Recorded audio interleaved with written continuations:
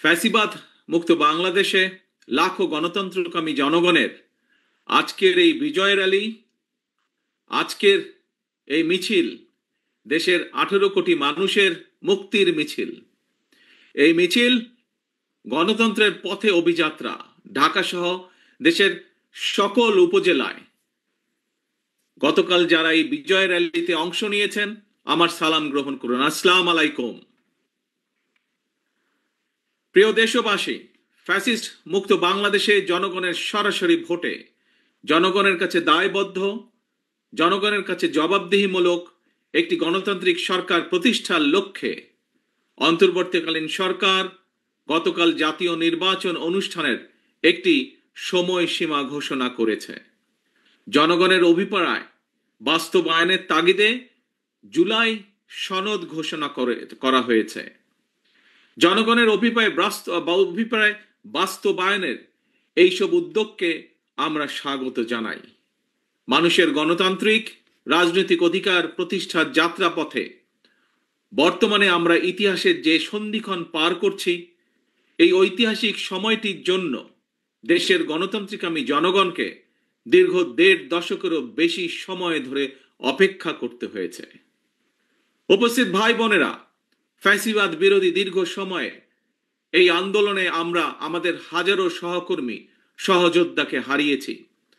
আমাদের অনেক সন্তান স্বজনের বুকের তাজা রক্ত দেখতে হয়েছে। বঞ্চিত হয়েছেন বাবা মায়ের জানাজা থেকে অনেকে। সন্তানকে ধরে নিয়ে যাওয়া হয়েছে, স্ত্রীর সামনে থেকে স্বামীকে ধরে নিয়ে যাওয়া হয়েছে, সন্তানের সামনে থেকে পিতাকে ধরে নিয়ে যাওয়া হয়েছে। গুম হয়ে যাওয়া এখনো বহু সন্তান পিতার জন্য অপলক চোখে অপেক্ষা করছে। প্রিয় ভাই বোনেরা, ফ্যাসিবাদ বিরোধী আন্দোলনের সময় বিএনপি সহ বিরোধী দল এবং মতের নেতাকর্মী সমর্থকদের বিরুদ্ধে লক্ষ লক্ষ মিথ্যে এবং রাজনৈতিক উদ্দেশ্য প্রণোদিত মামলা দেওয়া হয়েছে। বিএনপির এমন নেতাও রয়েছেন যাদের বিরুদ্ধে শতাধিক 200-300 মামলাও রয়েছে, এমনকি 4 শতাধিক মামলা রয়েছে। গুম অপহরণের শিকার হয়েছেন বিএনপি সহ বিরোধী দলের শত শত রাজনৈতিক নেতা কর্মী। শুধুমাত্র 2024-এর গণ অভ্যুত্থানে 1,500-এরও বেশি মানুষকে হত্যা করা হয়েছে। খুনিদের বন্দুকের নল থেকে মায়ের কোলে থাকা 4 বছরের শিশুও রেহাই পায়নি। ক্ষমতালোভী ফ্যাসিস্টের কারণে আমাদের অনেক সাহসী সেনা কর্মকর্তাদের হত্যাযজ্ঞের শিকার হতে হয়েছে। বিডিআরের নাম পর্যন্ত পাল্টে দেওয়া হয়েছে, ভেঙে দেওয়া হয়েছে আইন শৃঙ্খলা রক্ষাকারী বাহিনী পুলিশের মনোবল। প্রিয় দেশবাসী, পতিত পরাজিত পলাতক স্বৈরাচারের আমলে দেশে অন্ধকারের রাজত্ব কায়েম করা হয়েছিল। সুতরাং আমি বলবো, আজকের এই মিছিল অন্ধকার থেকে বেরিয়ে আলোর পথে যাত্রা। তবে প্রিয় ভাই বোনেরা, প্রিয় দেশবাসী, তবে এ যাত্রা কিন্তু খুব সহজ নয়।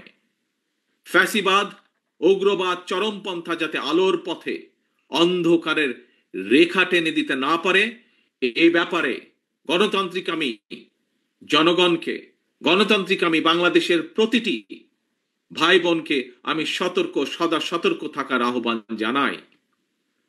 প্রিয় ভাই বোনেরা, বর্তমানে দেশের গণতান্ত্রিকামী জনগণের সামনে নিজেদের অধিকার প্রতিষ্ঠার এক অপার সম্ভাবনা এবং সুযোগ তৈরি হয়েছে।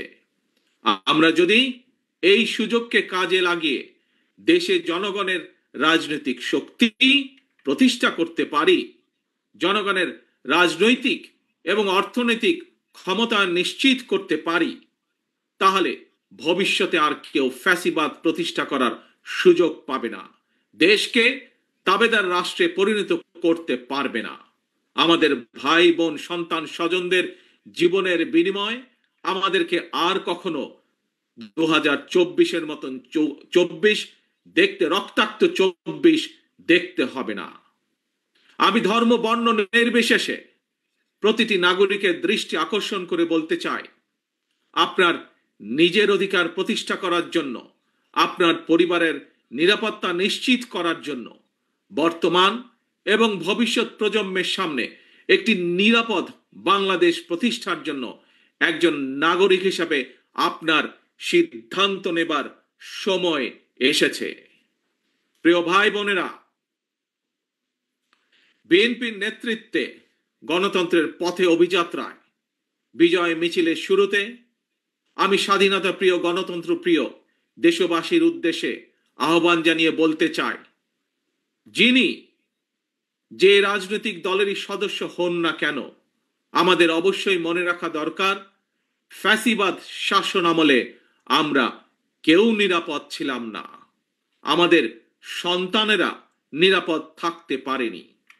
প্রিয় ভাই বোনেরা, প্রিয় দেশবাসী, বিএনপির নেতৃত্বে গণতন্ত্রের অভিযাত্রায় বিজয়ের শুরুতে আমি স্বাধীনতা প্রিয়, গণতন্ত্র প্রিয় দেশবাসীর উদ্দেশ্যে আহ্বান জানিয়ে বলতে চাই, যিনি যেই দলেরই সদস্য, রাজনৈতিক দলেরই সদস্য হন না কেন, আমাদের অবশ্যই সকলের একটি কথা মনে রাখা দরকার, ফ্যাসিবাদ শাসন আমলে আমরা কেউই নিরাপদ ছিলাম না, আমাদের সন্তানেরা কেউ নিরাপদ থাকতে পারেনি, আমাদের ভোটের অধিকার কেড়ে নেওয়া হয়েছিল, আমাদের সকল গণতান্ত্রিক রাজনৈতিক অধিকার কেড়ে নিয়ে গণতান্ত্রিক আমি জনগণের জন্য সমগ্র সারা বাংলাদেশটাকেই বর্বর বন্দিখানা, আয়নাঘর বানিয়ে ফেলা হয়েছিল। সুতরাং দেশে যদি গণতন্ত্র এবং আইনের শাসন না থাকে, তাহলে নারী কিংবা পুরুষ, সংখ্যালঘু কিংবা সংখ্যাগুরু, আমরা কেউই নিরাপদ নই।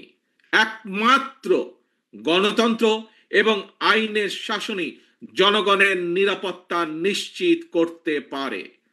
সেজন্যই আসুন দেশে গণতন্ত্র এবং আইনের শাসন নিশ্চিত করার জন্য, রাষ্ট্র এবং সরকারে জনগণের কর্তৃত্ব প্রতিষ্ঠা করার জন্য হাজারো শহীদের রক্তের বিনিময়ে অর্জিত আমাদের গণতান্ত্রিক রাজনৈতিক অধিকারগুলোর সুষ্ঠু প্রয়োগ এবং চর্চা করি।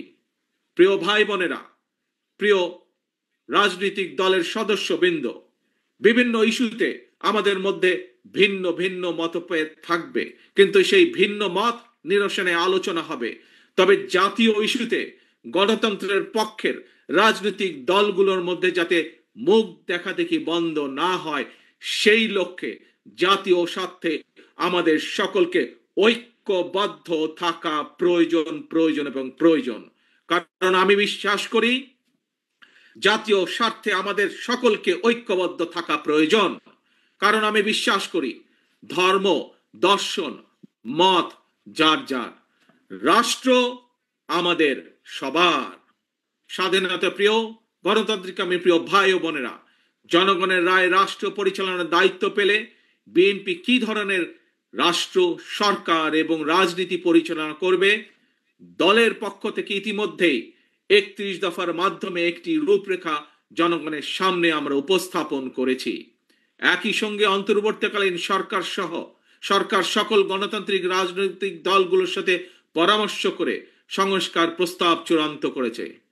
তবে দেশ এবং জনগণের কল্যাণে এই সকল কর্মসূচি বাস্তবায়নের জন্য বিএনপি দেশ এবং জনগণের কল্যাণে এই সকল কর্মসূচি বাস্তবায়নের জন্য বিএনপি জনগণের সমর্থন এবং সহযোগিতা চায়।